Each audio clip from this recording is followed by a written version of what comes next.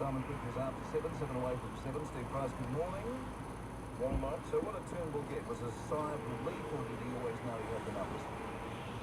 Well, I think he always knew he was going to get across the national end to guarantee them, but through the party room at the National Party in camp yesterday, he always knew that he had the numbers. For sure he knew that he was going to end up with a big headache, and that's what He made a mistake there. If you look at the front page, He stopped and then went. He almost didn't get through.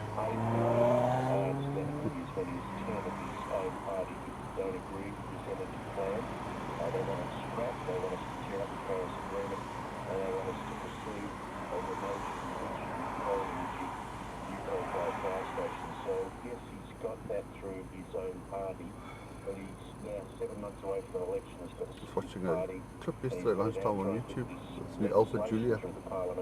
Wow, it is worth every cent.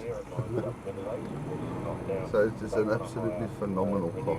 Energy renewable emissions target. The MEG itself is 26%. But yeah, I think they 149,000 here in New Zealand.